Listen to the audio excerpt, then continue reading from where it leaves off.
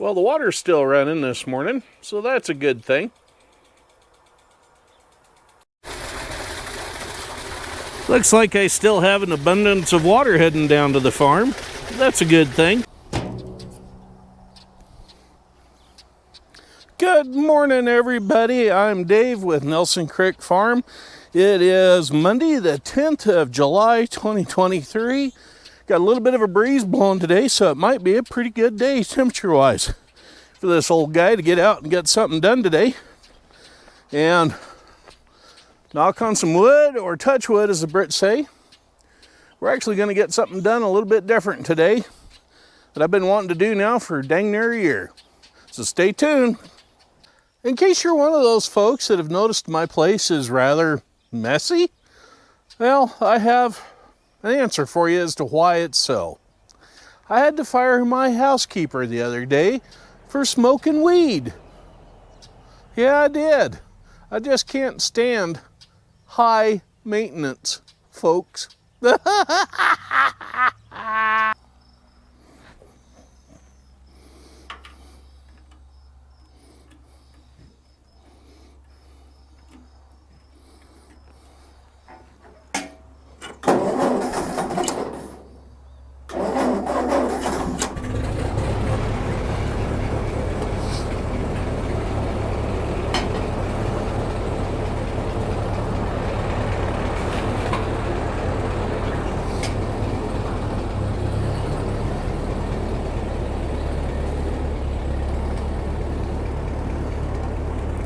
Yep, Doug over at Bosinger Tractor and Repair in Twin Falls are going to be darn happy if what I'm planning on doing actually works. Yeah. This LS MT3 42 has not had a bath since I was rotilling with it, and it has been sitting outside ever since. So today is the day.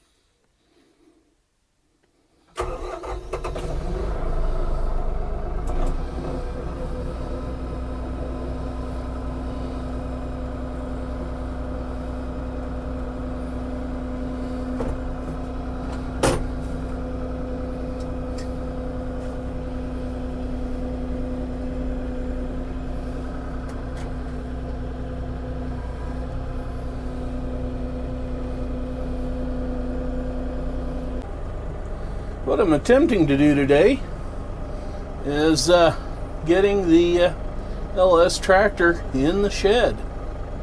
See if it'll fit. And my golly, you know what? It looks like it's going to fit beautifully.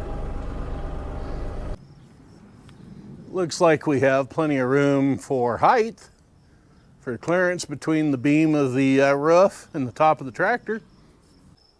I know you probably don't care much about the construction of the old shed here with the shop on one end, but I'm just filming to see how much clearance I'm going to have between the top of the cab and those beams of the roof.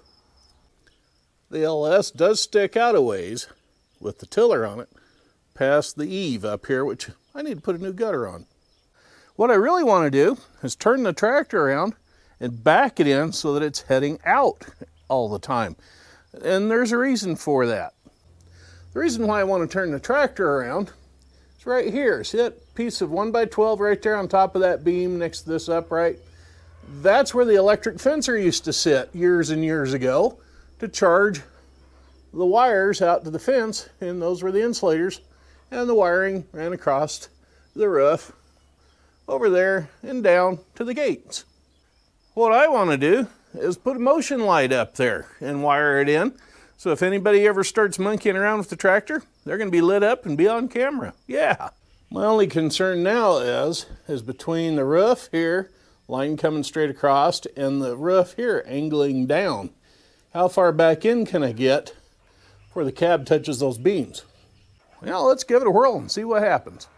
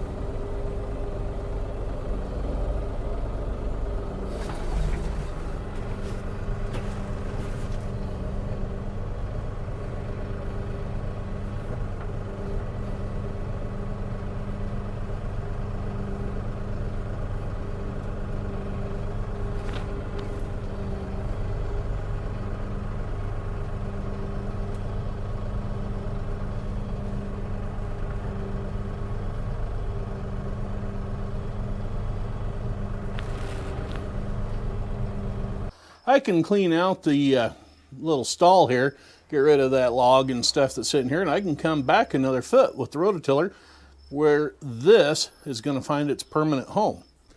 That extra foot will get us back just a hair bit more from that roof line where I need to put a new rain gutter on.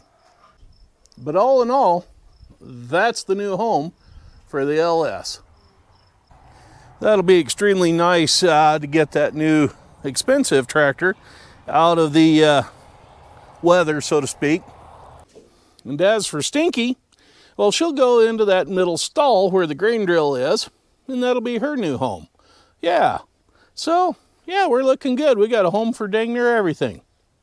Figuring you're never too old to learn, I started reading books again last winter, one of which was entitled Quick Money for Idiots.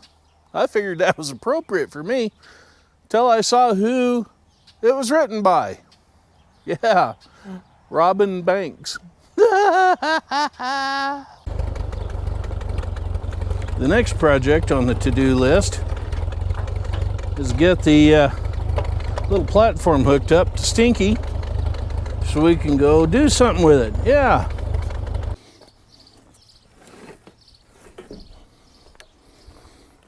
That's why I like smaller tractors with smaller implements. Let's see if we can get this thing hooked up now. If the little ball don't roll around weird. Yeah. Yeah, there.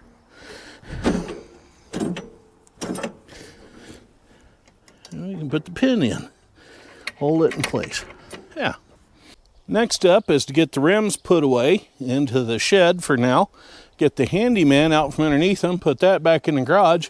And that loop there, well, that's the top of a farmhand loader that needs to go back over to the Iron Mountain farm, get reattached because I'm trading that loader off for some new little ones. Yeah. Yeah.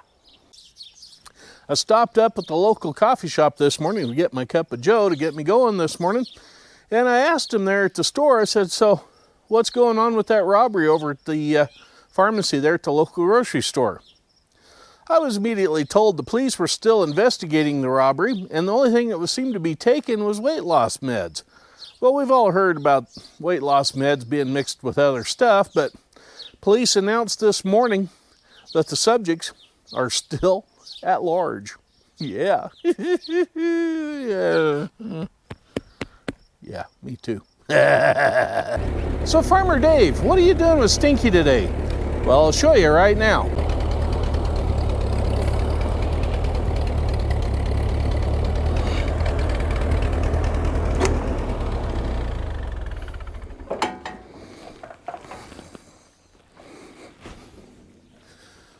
What I'm going to do is, since this Polaris Ranger is going to cost me more to deal with it than what it's probably worth, I'm going to take this tank out of here.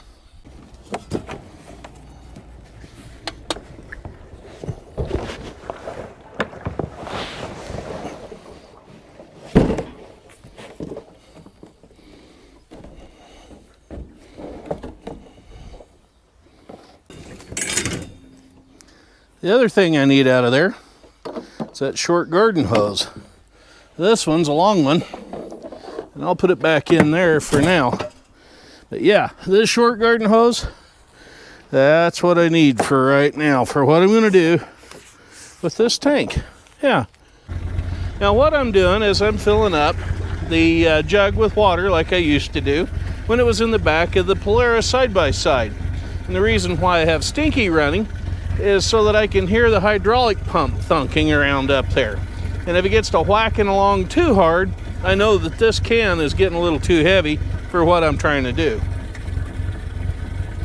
Now, out to the field we go.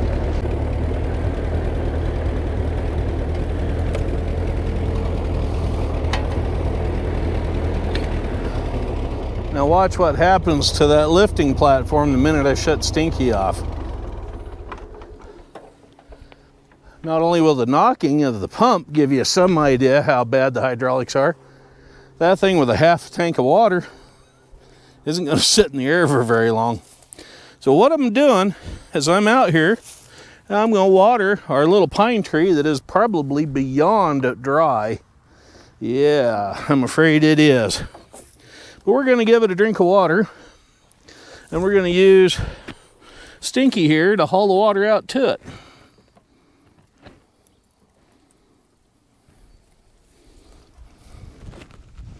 Got a kink in the hose there. And we'll see how fast that dribbles out. I'll come out later and with a shovel and dig another little moat around the tree there so it'll get some more water subbed in right there.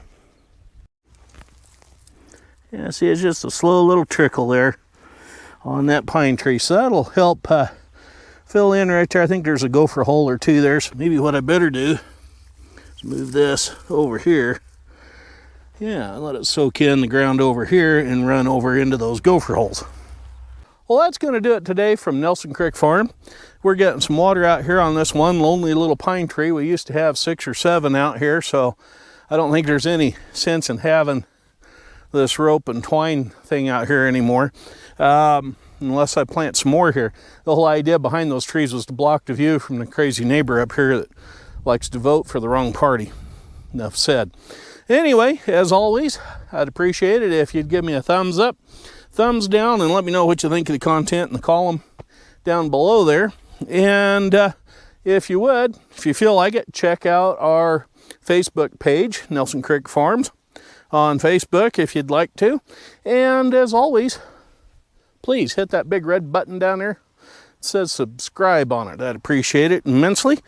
Yeah, as within most channels, the numbers go up and down, but once you get above 3,000 or 4,000, doesn't affect your algorithms that much. You're spreading the percentages out more.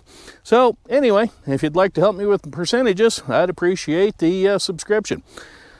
Well, as always, I'm Farmer Dave. Y'all be careful out there. And until next time, we'll see you later. Bye-bye for now.